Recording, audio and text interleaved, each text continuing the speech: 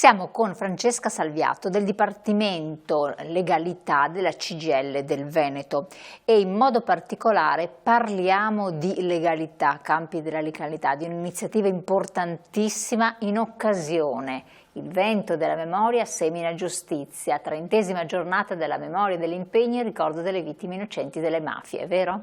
È vero, oggi è una giornata importantissima per tutta l'Italia, io credo, perché ricordare le vittime innocenti di mafia, chi ha dato la propria vita anche lavorando come i poliziotti che sono venuti a mancare, proprio esercitando il loro mestiere, e lavorare e poi non tornare a casa è un qualche cosa che va ricordato e deve essere impresso nella memoria di tutti quanti noi. Ma non solo forze dell'ordine, che già è di una gravità inaudita, anche persone che casualmente passavano si sono trovate di lì, sostituzione di identità, situazioni di persone che sono venute a mancare perché erano nel posto sbagliato nel momento sbagliato, e questa è una cosa che noi non possiamo più accettare, dobbiamo ricordarlo ogni anno. Partecipare a queste manifestazioni è veramente emozionante, toccante, si torna a casa con un senso della legalità e di voler partecipare proprio a creare la cultura della legalità.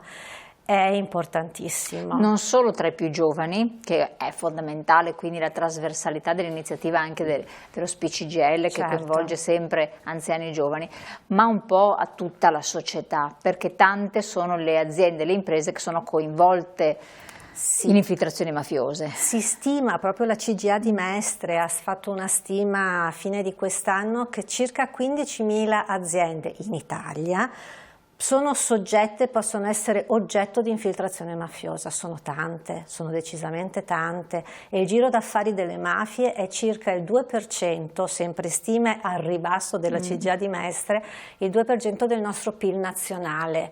Quindi combattere l'illegalità e le mafie vuol dire avere anche più risorse per la collettività, vuol dire poter usufruire e avere la possibilità per le aziende sane di poter operare nel modo più corretto possibile e non dover chiudere. Ci sono tantissimi reati spia che ormai sono stati individuati, no? Che coinvolgono la finanza e l'economia del territorio. Certo, certo, usura, riciclaggio, spaccio di stupefacenti, reimmissione appunto del denaro proveniente dalle attività illecite sono una cosa fondamentale. Lo è anche l'abuso d'ufficio.